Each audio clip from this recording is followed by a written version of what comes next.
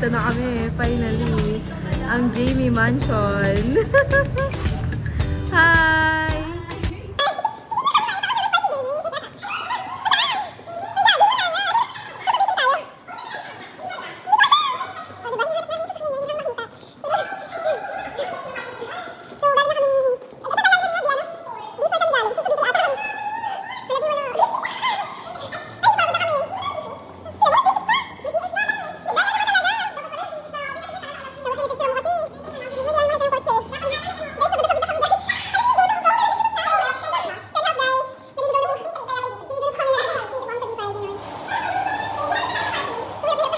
Ganun, wala yung favorite.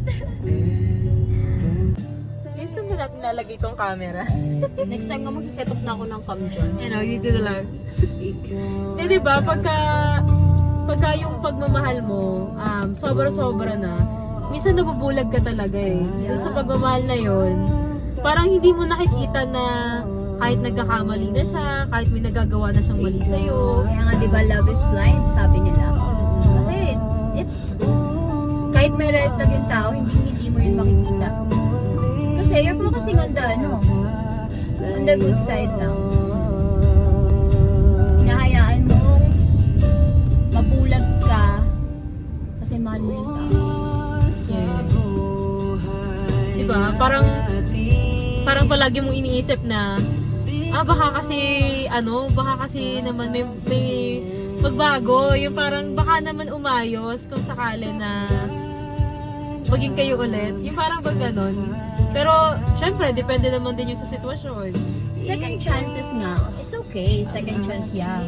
Pero kung magbibigay ka ng second chance sa isang tao, make sure nga talaga na hindi mo nababalikan kung ano man yung mga maling nagawa niya sa'yo. Kasi it's a fresh start eh. Kapag nag-away kayo, binding up mo yun, magiging toxic lang yung relasyon nyo. Para saan pa at nagpatawad ka?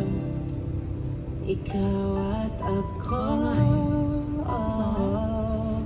Parang ang hirap naman nun, na parang iisipin mo na, paano mo naman makakalimutan lahat ng masasakit na ginawa niya, eh, alam mo yun, parang palaging babalik at babalik yun eh. Hindi naman talaga yung makakalimutan.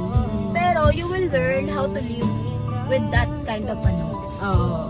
Kasi inaccept mo yung ganong life eh. Eh kung gusto, hindi mo pala makalimutan yung ginawa niya.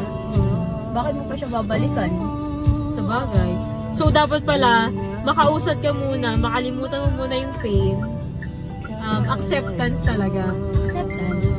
Acceptance. Pinili mo yung tao eh. Pinili